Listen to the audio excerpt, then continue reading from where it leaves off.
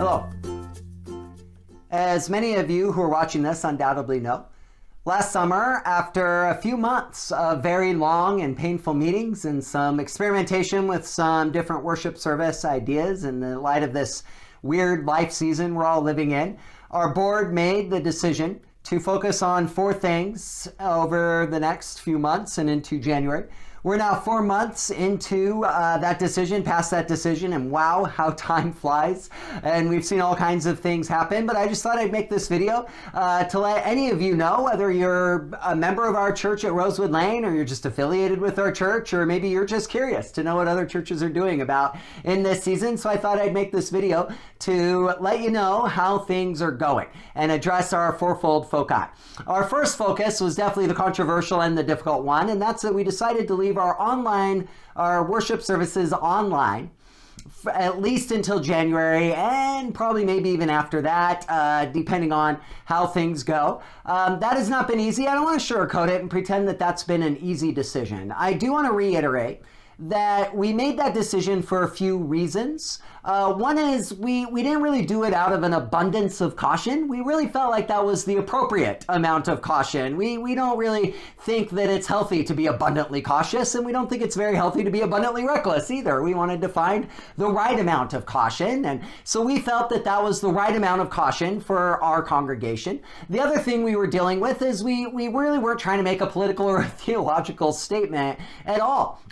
Instead, we're just trying to ask ourselves what would be right, what would be the right thing to do for our unique setting as a congregation. Many of you know the small size, the teeny size of our sanctuary played into that decision. What also played into that decision was the fact that we have at least 3 families that I can name who work in health clinics, and if they were to be exposed or if they were to contract the disease, it would cause some pretty significant damage to the patients they serve and the people, the institutions they work for. We also have a few more people in our little church who have ongoing health issues. Many of you have rightly noted to me that coronavirus alone doesn't seem to be that deadly, but when coronavirus, when added to pretty much any other health condition, becomes pretty deadly. And so we recognize that there were people in our congregation who had other health conditions that, if we added this to that, would have caused some issues and may even have taken them from us, and we really didn't want to do that. And so we made that decision not because we were being overly cautious or we were trying to take a political or theological side. We were just doing what I think every pastor is doing or should be doing. We were just looking at our own unique situation and asking ourselves what is appropriate to do in this time. With that said, Sunday mornings have continued to be a rough time for me. They're one of the loneliest moments of my week, walking into this empty building. Our communion table haunts me and will.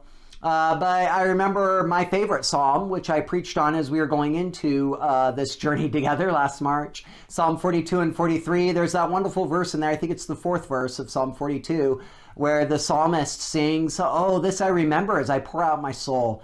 How I used to go with the multitude, leading the procession into the house of God with shouts of joy and thanksgiving among the festive throng." I still long for that day, and I know it's coming, and I know that it will be here soon, and I just, but it's hard. I long for that day. But with that said, last week I watched several of these types of videos of other pastors making these videos. Those pastors in those videos looked haggard, they looked exhausted, they looked frustrated.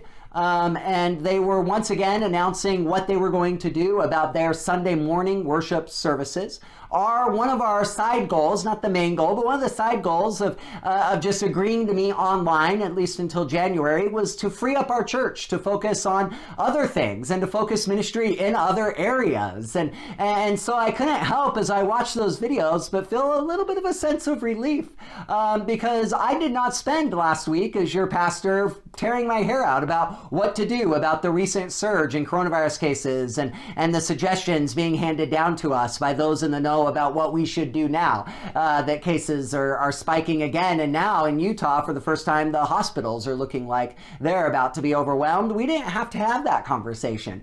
Instead, what we did last week was quite amazing. We did a Halloween event for the neighbors. And yeah, not that many neighbors were out trick-or-treating. We were safe at our Halloween event, but we were able to connect and make face-to-face, name-to-name connections with a couple of those families. One of the early things we did for our neighborhood when this whole thing was we handed out little potted plants, tiny little potted plants. And one of our neighbors who dropped by to get candy Saturday night mentioned the plant. She said she loved it. She researched everything about how to keep that plant alive, and she planted it in her garden as a physical representation of the presence of our church in this community. How awesome is that? Even though this wasn't one of the four foci, we moved our youth group to the building on Friday nights where we could spread out and do the physical distancing and wear masks. And your teens, by the way, I've been so impressed by them because they've been safe, but we've also had a lot of fun, but we've also been able to be incredibly safe.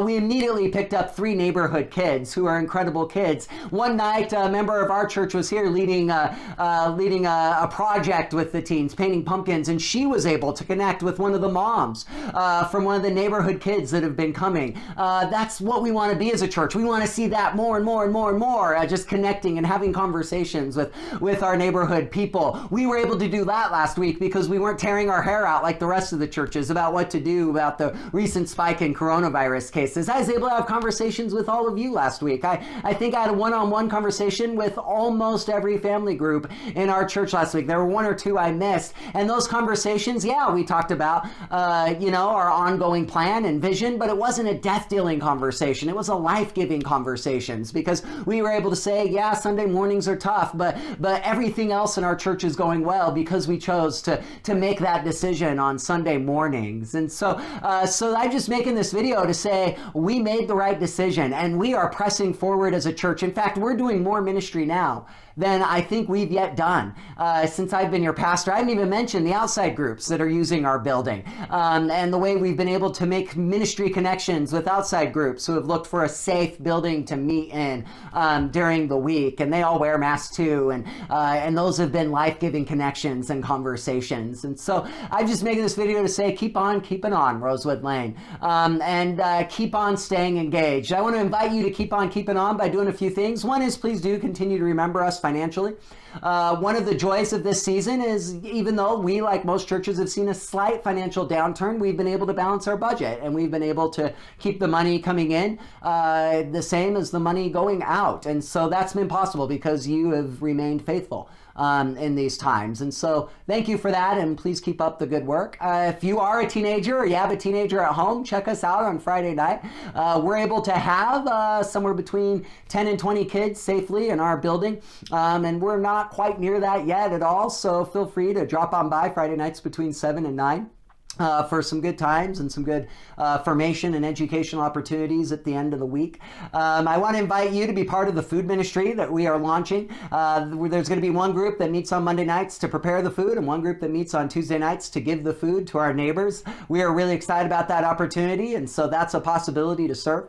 If you're curious and want to join us on our Zoom chat on a Sunday morning, there's different ways you can do that. Just send us a note and we'll get you hooked up with that. And of course, continue to reach out to each other, continue to love each other, continue to send a text. One of the best things you can do as a church person, send a text, send an email, give a phone call to somebody you haven't heard from in a while and just check in on them and do what we call a well person check. Just make sure they're okay, and keep doing that, keep giving each other gifts, and keep loving on each other.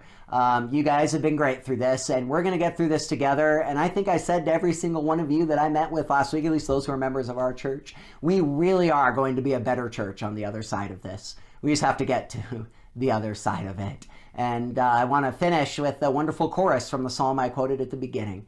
He says, "Why are you downcast, O my soul? Why so disturbed within me? Put your faith in God, for you will yet praise him, my Savior and my God." Put your faith in God, and we are in good hands because we're in God's hands. Go in peace.